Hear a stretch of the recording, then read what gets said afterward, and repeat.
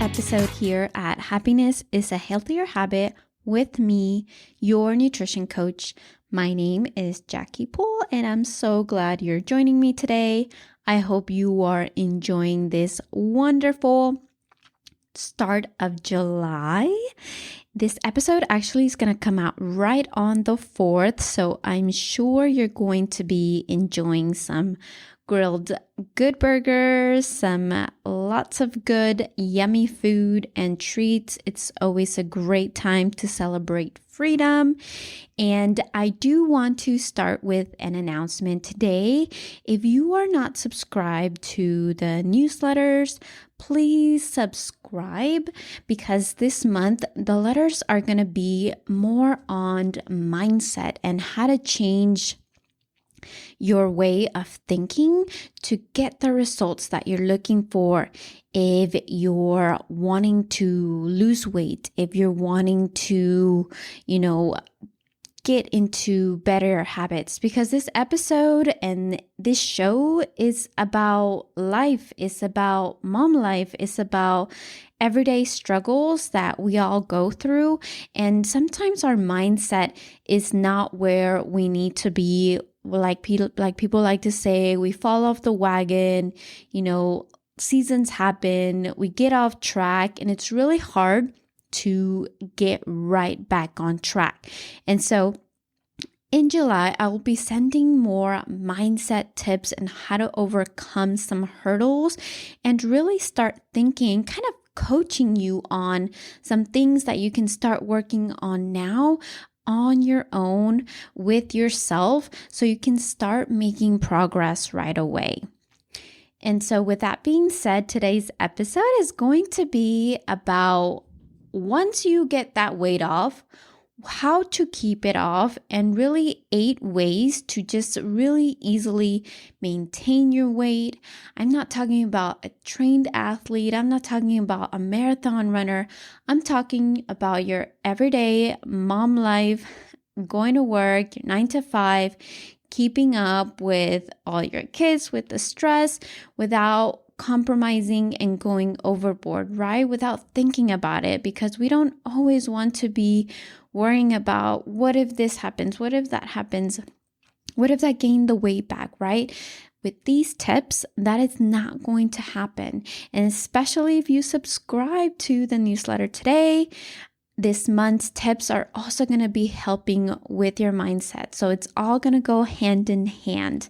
So it's always about making good choices, and really what it comes down is building those good habits that are going to last a lifetime, that are really going to help you keep the weight off.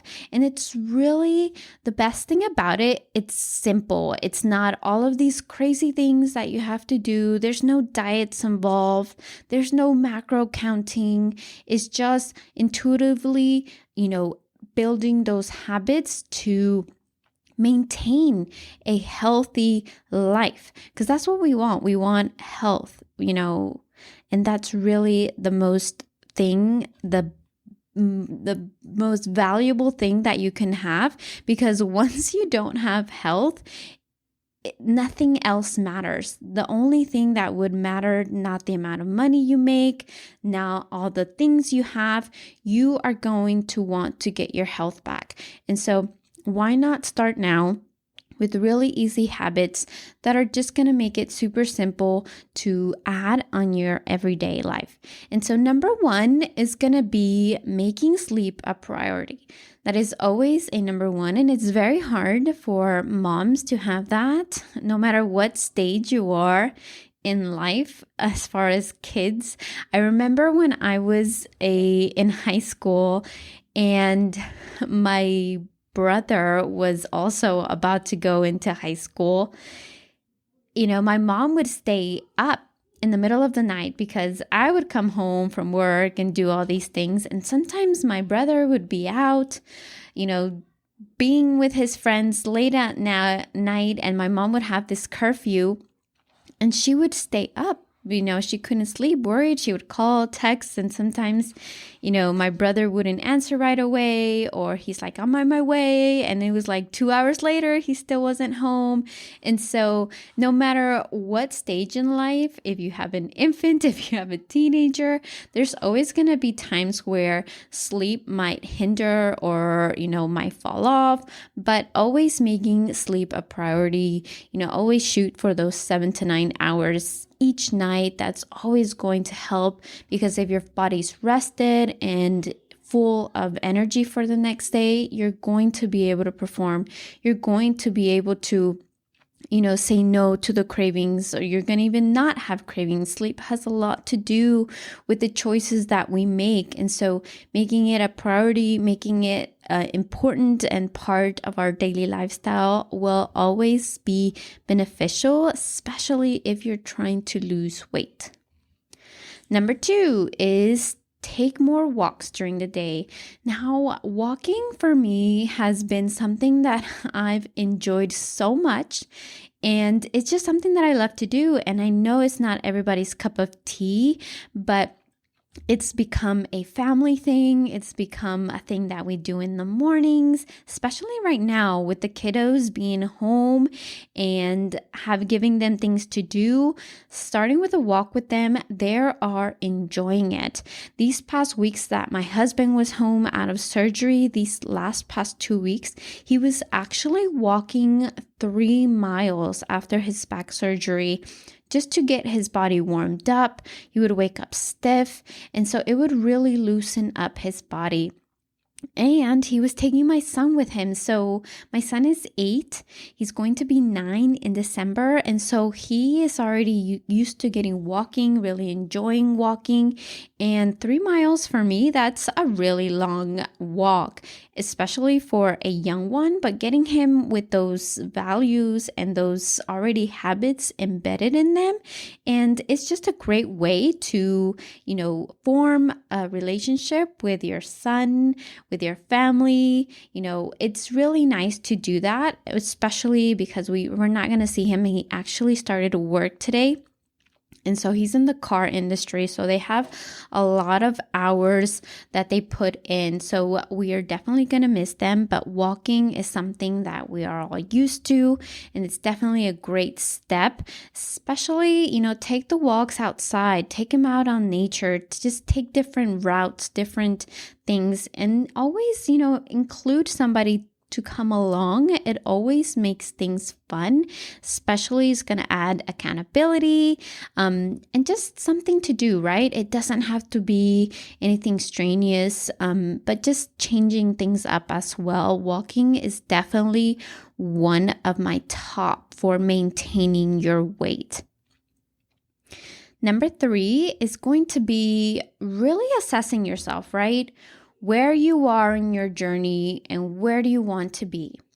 So I like to say, I'm like a GPS, right? You're going to tell me where you are, where you want to go, and how we're going to get you is my job, right? And so that's what a coaching is. That's what getting coached on is. It's not me telling you what to do, because most people already know what to do. They know exactly what to do. They know they need to move. They need to know they need to, eat less bad foods. But sometimes we don't really pay attention and realize what habits we are having until we have somebody that's having us accountable for our journey and having that accountability and really reinforcing things. Because it's one thing knowing what we have to do, but not understanding why and how it benefits us makes a huge difference on how we act on those things, right? So, we can get a quick, easy fix and do the shakes and do that for a good, month or so and do really good and lose the 20 pounds. But if we're burning ourselves out, working ourselves too much, doing things we don't like, eating things we don't enjoy, we're definitely going to fall off the wagon, right? As we started in the beginning. So that's what coaching is. I'm definitely going to guide you into building better behaviors, better habits, so you can keep these relationships with yourself and making better decisions for a lifetime, forever, and you don't have to struggle with this anymore. So when you are having a difficult season, when you are having a stressful moment, you know exactly what to do. You know exactly how to handle the situations without falling back on bad habits. Number 4 is going to be learning to assess your hormones. That's always kind of also goes with the coaching and go hand in hand, and learning intuitively, listening to your body, as they are key for weight loss and maintaining balance. So that's something that we are not taught. That's something we actually have to learn for ourselves. Sometimes it's easier said than done. When we go to a doctor and we tell them something is wrong, they're automatically going to tell you, well, it's probably this, let me give you a pill for that, right? That's normally how our Western medicine works. And so really learning to assess yourself and seeing how foods affect you, what kind of, things affect you in certain ways, really assessing yourself, your body, especially if you're women, if you're menstruating or menopause, our hormones cycle and move and change throughout the month, just like the moon. It's not the same every day for 30 days. It has its seasons. And so it's definitely different. And as a woman, I would like to say that, definitely learning to assess your body will make a huge difference on, keeping the weight off as well. Number 5 is definitely decreasing toxic habits like smoking and drinking. That's something that I've definitely it's going to be beneficial for everybody and anybody. Not saying that drinking, you have to cut it off if that's something that might be difficult for you, but it's something that definitely when you're trying to maintain weight, maybe having 2 or 3 drinks a month instead of having a drink every other day, right? That makes a huge difference. When we introduce alcohol to our body, it is definitely another micronutrient. And so when our body does have it in our system, our body's gonna definitely process it first because it can't store it. There's no way for it to store alcohol. And so it has to get rid of it right away. So the body literally stops trying to lose anything else and tries to get rid of the alcohol first. So that is one of the main reasons why alcohol is not beneficial when you're trying to lose weight. And so that is definitely on the list here. If that's something that you're struggling with, if you lose weight and can't keep it off or gain it right back, and alcohol seems to be something that maybe you haven't tried before or eliminating, that might be something that you want to be looking at. Number 6 is managing blood sugars and having a healthy blood pressure. So sometimes that can go hand in hand with assessing our hormones as well. Are things changing throughout the month? And really, following up with intuitive eating and how foods affect us as well. There's studies that show that having a healthy blood pressure are really good indicators of good health. And so that can be checked by an annual, doctor or your OBG, annually, just to keep up with it. Number 7 is going to be managing stress. So managing stress can definitely have a number of effects on our body, especially for cortisol, which is definitely a big hormone that relates to how we, deal with our body fat, how our metabolism functions. So if stress is something that you're having a hard time controlling or managing, or something that you really need help with, I definitely want to suggest episode 15. And that is how to manage stress, because that is also going to be a huge contributor on how you lose weight or how you store fat as well. Last but not least is going to be, and this might be the easiest thing and most surprising thing that you wouldn't even think about.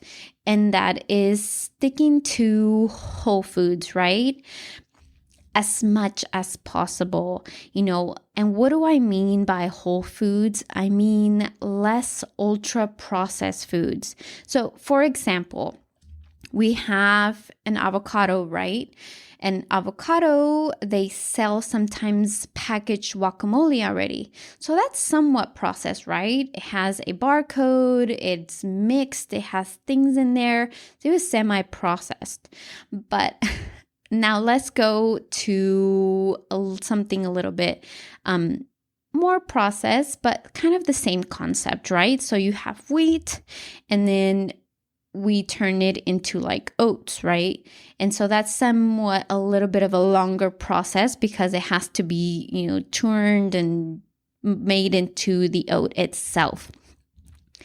And so with that being said, when you have wheat and you turn it into cereal, that is completely, processed. It goes through several different things and additives and all of these things to get from wheat to Lucky Charms cereal. So you have to think of all of the processes it took to change that grain into this cereal. So definitely when you're talking about, there is a difference between processed foods, like the first thing that I said, which was the avocado and turning it into guacamole and you buying the purchased guacamole already, to the wheat and buying cereal. Not saying that you should never buy cereal, but if you are trying to maintain your weight and to keep it off and not struggle, focusing on having whole foods, something that I do suggest is when you're buying, things like that, 5 ingredients or less. There are so many things that now that I've paid attention a lot more to food, ingredients and things like that, there's no need for dyes. There's no need for all of these other added things. So always opt in for, those type of choices, less ingredients, no dyes in your food, and they will make a huge difference on how your body tolerates that and process it. And so that will always make a big difference on, ways to keep the weight off, because again, you can do something along the lines of going through a very detailed, rigid, extreme diet and do super well on it, but totally hate it the entire process. And when you don't like something, when you don't enjoy what you're doing, it's not gonna last long. And so developing those good habits, things that you like, things that you enjoy, and it's really finding what works for you, because everybody's different. Everybody's not the same. And so that also makes a huge difference on how you react to certain things. So sleep, somebody else might need more sleep than you. And so everybody's different, and making these small changes that can really affect anyone and anyone by taking these steps, just being a little bit more active, eating whole foods, having a healthy blood pressure, taking a walk every day, consulting with your coach, getting a coach, which is something that I am passionate about, and helping women to really get into what they want to achieve. All of these things make a huge difference on what your health is. And something that I do want to end with and leave you with is, what will you get out of it? Because sometimes, you do the fasting, you lose the weight, and it comes right back. What effects do you want to have on your weight loss journey? What effects will it have on you? And what do you want to get from it, right? Because sometimes we want to do it for the looks, for this and that, but sometimes, being the skinniest is not really the healthiest either as well. So finding a happy place where you're confident in yourself, where you can look yourself in the mirror, where you're happy when your jeans fit better, whatever that is, just think about it. And that's something that I want to leave you today as the end of the episode.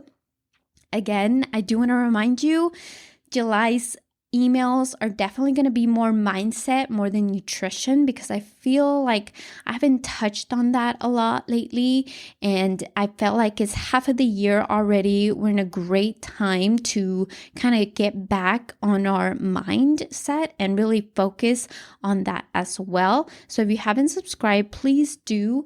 And if you like the episode today, please share it out to anybody that you think might benefit from it. Thank you so much for joining me today, and I will talk to you next time.